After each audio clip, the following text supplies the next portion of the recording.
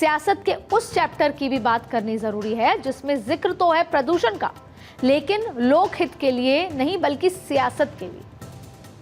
हम राजधानी दिल्ली की बात कर रहे हैं, जो हर साल दीपावली के बाद गैस चेंबर बन जाता है। अब ऐसी स्थिति में, और इस पे तरह तरह की स्टडीज हुई कि टूरिस्ट दिल्ली नहीं आना चाहता, वो देश के अलग हिस्सों में जाना चाहता है, दिल्ली में नहीं बचना चाहता है। लेकिन उसके लिए किया क्या? 2 महीने की राजनीति। तो फिर शुरू होती है इस पर राजनीति। हर बार, हर रोज दिल्ली के अलग अलग हिस्सों में रिकॉर्ड AQI की खबरें आ जाती हैं, यमुना की सतह पर, और कई बैठकें भी होती हैं सरकार के स्तर पर। यमुना की सतह पर तैरते झांकते तस्वीरें आ जाती हैं, जो झाग आते हैं सफ़ेद, उसकी तस्वीरें आ जाती हैं, उस पर रिपोर्ट्स आती हैं, उस पर जो सरकार है वो काम भी करती है, सरकार की बैठकें भी होती हैं। लेकिन फिर क्या, 2 महीने चले गए और बात खत्म।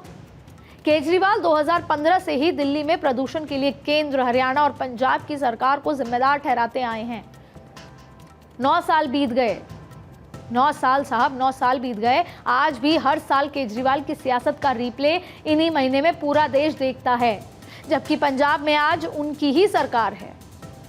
पहले तो वो पंजाब को, हरियाणा को दोषी ठहराते थे, लेकिन पंजाब में सरकार है और अब क्या?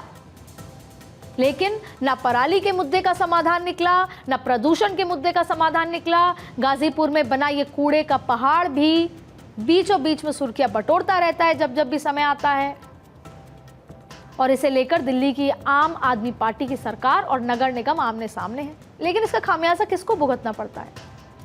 दिल्ली NCR में रहने वाले लोगों को ही भुगतान। जो हमारी हेल्थ, जो सबसे प्रेशियस है, जान है तो जहान है, हम ही इम्पैक्ट हो रहे हैं, कोई सियासी दल इम्पैक्ट नहीं हो रहा। दिल्ली के ये 2 उदाहरण हैं। शराब घोटाले के आरोप में जेल से अंतरिम जमानत पर छूटे केजरीवाल के चुनावी कैसेट में शायद ही कहीं दिल्ली में प्रदूषण और कूड़े के पहाड़ का जिक्र होगा। हाँ, ये सब आपको मिल जाएंगे, ध्रुवीकरण, मुस्लिम आरक्षण, मोदी परिवार, ये सब आपको मिल जाएंगे।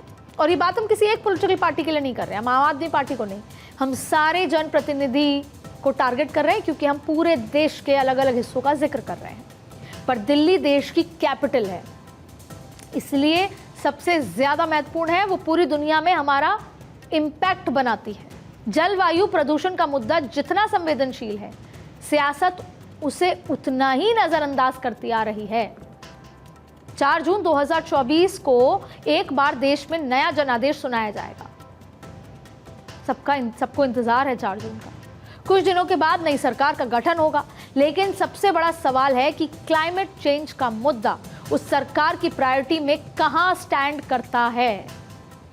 सवाल तो विपक्ष से भी बनेगा, क्योंकि देखना दिलचस्प होगा इन मुद्दों को लेकर विपक्ष संसद भवन के बाहर कितना प्रदर्शन करेगी, कितनी बार संसद से वॉकआउट करेगी, और क्या समय आने पर ये मुद्दे जो हमारे जीवन हैं, सांस लेना, पानी पीना, जरूरतें, ये सिर्फ संसद में सियासत का या सियासत को चलाने का ही मुद्दा बना रहेगा।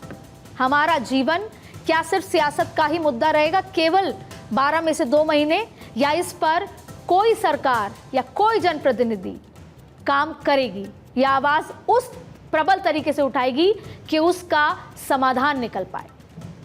सोचने वाली बात है, क्योंकि जान है तो जहान है। सोचिएगा और उन मुद्दों पर वोट कीजिए जो आपके जीवन को, जीवन शैली को बेहतर बनाता है।